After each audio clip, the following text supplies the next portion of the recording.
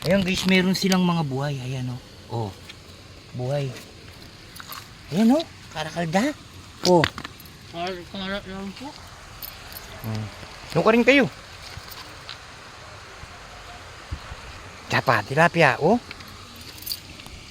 Ito guys, ang dami. Mga buhay pa yung iba. Oh. Ayan oh. Ang dami oh. Naipit sa mga bato. Oh. Ayan, pinakikita ko po, may nagko-comment sa akin, wala naman daw silang nakikita. Oh, ayan oh. Oh. Sayang na rin guys. Ayan mo rin.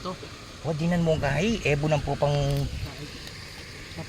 harino. O kaya itong crispy. Oh. Dami. Parang ano guys, para ka nang namumulot ng mga buga. Oh, ayan oh. Dami. Ayan naman si Edward Lopez, lumalangoy siya dun sa ano guys. Nangangapa lang yan. Dami.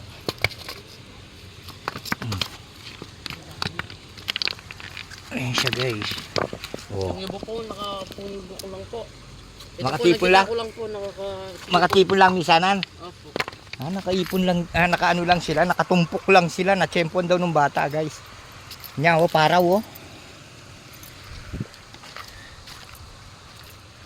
Yore na ako biyaw oh.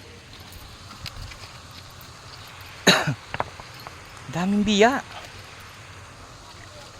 Kaso maliliit. Masarap to guys, ano? Kalat-kalat na rin biya. Pupamparo. Yayo. Dami. Kapok, kenyo. Kenyong babo.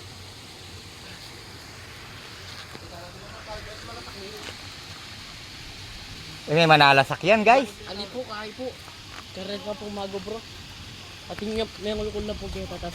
Bilay na po yung daron dahil taburan. Kita po, linuwal po kayo. Delikado yan pala na. Oo po. Hindi niya po lugin. Guys, titignan natin to. Baka magaya natin yung bata. Ang gagawin natin, ilalagay natin sa plastic. So pupulutin natin yung mga biya. Okay, maraming salamat guys.